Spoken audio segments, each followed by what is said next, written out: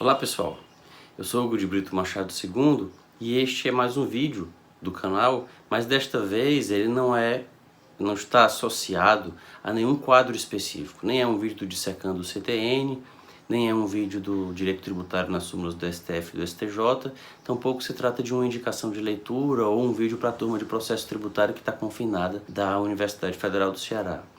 Na verdade é um vídeo que pode ser visto como complementar dos vídeos sobre a dissecação do CTN no que tange ao empréstimo compulsório, que já foi examinado em vídeos anteriores daquele quadro, mas que dessa vez a ideia é examinar um assunto atual, um assunto que nem existia quando foi feito aquele vídeo do Dissecando o CTN que trata do empréstimo compulsório, mas que por conta da pandemia do coronavírus ele entrou nas discussões, nas redes sociais, as pessoas que estão falando sobre o assunto tratam desse tema, que são os efeitos da pandemia do coronavírus sobre o direito tributário. E embora existam incontáveis efeitos que podem ser examinados, eu tenho ouvido basicamente duas coisas que as pessoas têm falado a respeito do coronavírus e das suas implicações tributárias.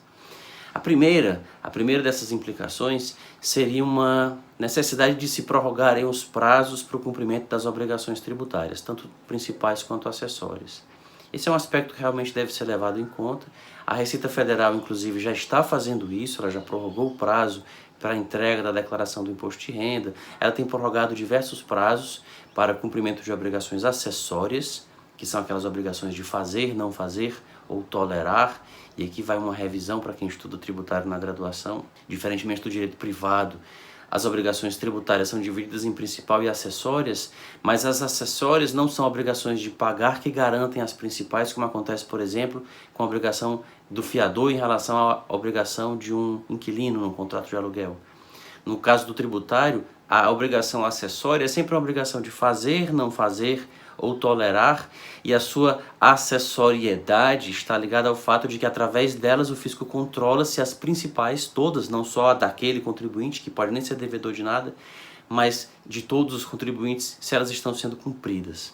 Então, as obrigações, tanto as principais como as acessórias, podem ter os seus prazos prorrogados, e o fisco, como disse, já está fazendo isso em relação às obrigações acessórias e até em relação a algumas principais também, mas é importante ter em mente o seguinte: quem define prazo para pagamento de tributo é a lei, ou eventualmente a legislação tributária pode também fixar esse prazo, e a mesma coisa para as obrigações acessórias, o prazo para atendê-las é fixado na legislação tributária.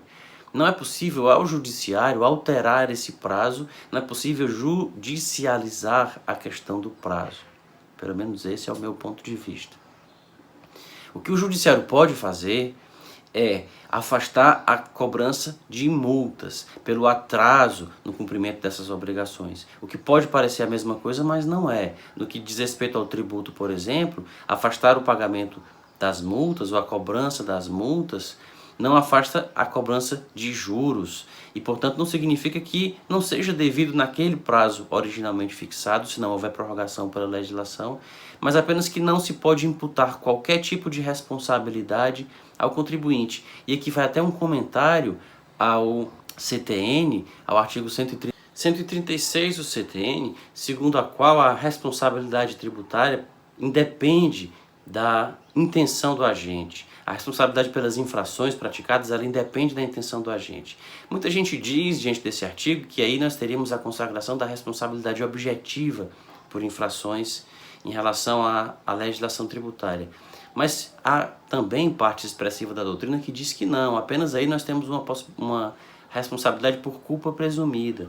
Se o contribuinte atrasou o pagamento do tributo, presume-se que é porque ele agiu no mínimo com negligência, com imperícia, com imprudência e, portanto, deve ser responsabilizado pela mora, por a mera multa moratória, independentemente de sua intenção, nesse sentido, de que se presumiria ou presumir-se-ia a culpa.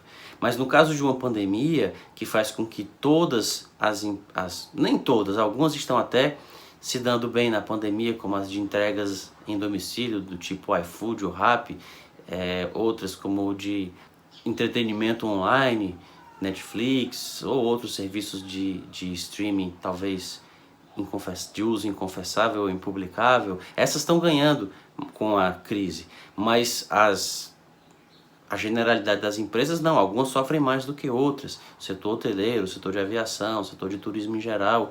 Existem setores que estão sofrendo bastante com a crise e pararam de faturar completamente, continuaram com muitas despesas. Então, em relação a eles, pode ser razoável afastar a responsabilidade pelo atraso no que tange a cobrança de penalidades, mas não o tributo e os juros correspondentes. Isso é um aspecto que pode ser discutido. Embora, como disse, o ideal seria que a legislação prorrogasse esses prazos e assim dispusesse, assim estabelecesse em relação, por exemplo, às penalidades também. E o outro aspecto que tem sido questionado em relação à pandemia é a possível criação de novos tributos, e o que se tem falado mais no momento é um empréstimo compulsório. Já foi tratado no vídeo sobre empréstimo compulsório, sobre sua natureza tributária, sobre a divergência quanto a essa natureza. Não se vai voltar aqui a esses assuntos, se remete quem tiver interesse ao vídeo correspondente que vai aparecer aqui no card. Mas o que importa é que trata-se aí de uma contradição. As pessoas que falam desses assuntos, se falam dos dois juntos e aí subscrevem os dois juntos, elas talvez não estejam percebendo que elas incorrem numa contradição. Como de um lado se fala em socorrer a economia, ou pelo menos não afogar a economia, se queremos ser liberais coerentes e não queremos que o Estado socorra literalmente os empresários, mas que pelo menos não os afogue com tributos no momento de dificuldade e, portanto, alivie a cobrança de tributos, de um lado, é incoerente de outro falar-se por conta da crise em criar mais tributos.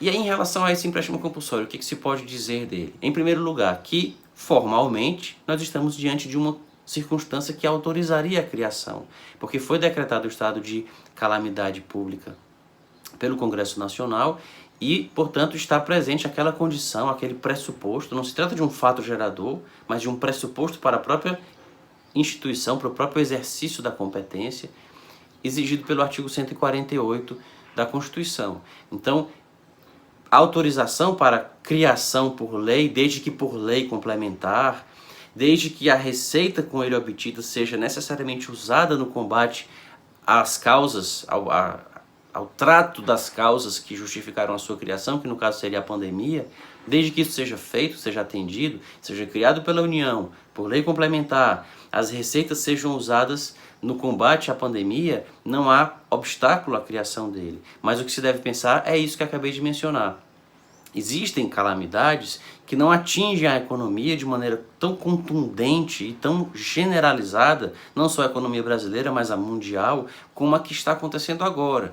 Então, é difícil falar de um empréstimo compulsório para combater a calamidade. Talvez ele traga mais prejuízos do que benefícios. Dependendo dos fatos geradores que forem escolhidos, se em vez de se escolher, por exemplo, o faturamento das empresas que pararam de faturar, muitas delas, mas se em vez de o faturamento se escolher a propriedade, grandes fortunas, que foi uma das propostas ventiladas, aí se poderia sim, porque essas grandes fortunas continuam, elas não foram ainda consumidas. Talvez as que estavam na Bolsa de Valores, em parte sim, mas elas não foram ainda consumidas pela pandemia. Seria possível um empréstimo compulsório que tivesse fato gerador equivalente ao de um imposto sobre grandes fortunas.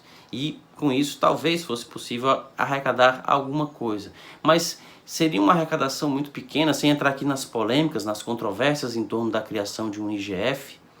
Nós sabemos que esse é um caso raro de competência tributária não exercitada, e no mundo esse imposto tem a sua criação objeto de controvérsia. Na França ele foi criado, depois foi abolido, depois foi criado de novo, e se discute sobre se ele afastaria fortunas em vez de arrecadar. Enfim, não vamos entrar nessas discussões aqui. Não me parece que as críticas feitas a ele tenham procedência suficiente para impedir a sua criação. Mas talvez ele não fosse o remédio suficiente para obter os recursos necessários para o combate à pandemia. Se fosse feita essa ressalva em relação aos seus possíveis fatos geradores, talvez ele não trouxesse tantos malefícios, mas também não traria benefícios. A finalidade de um imposto sobre grandes fortunas, no momento ordinário, normal, seria muito mais uma questão de justiça fiscal, de legitimação da carga muito maior que recai sobre a classe média, dando uma ideia de distribuição do ônus, do que propriamente para arrecadar uma quantia significativa de tributos. Se tiver gostado desse vídeo, não se esqueça de se inscrever no canal, curti-lo para informar o algoritmo do YouTube que ele pode ser do interesse de pessoas com gosto parecido com o seu e, sobretudo, e nesse caso, faço a solicitação, o pedido, de maneira até mais enfática do que nos vídeos anteriores, que deixe na caixa de comentários o que pensa a respeito dessa questão, dos efeitos da pandemia sobre o direito tributário e se há algum outro que gostaria de ver examinado aqui, além destes dois que mencionei. Até um próximo vídeo.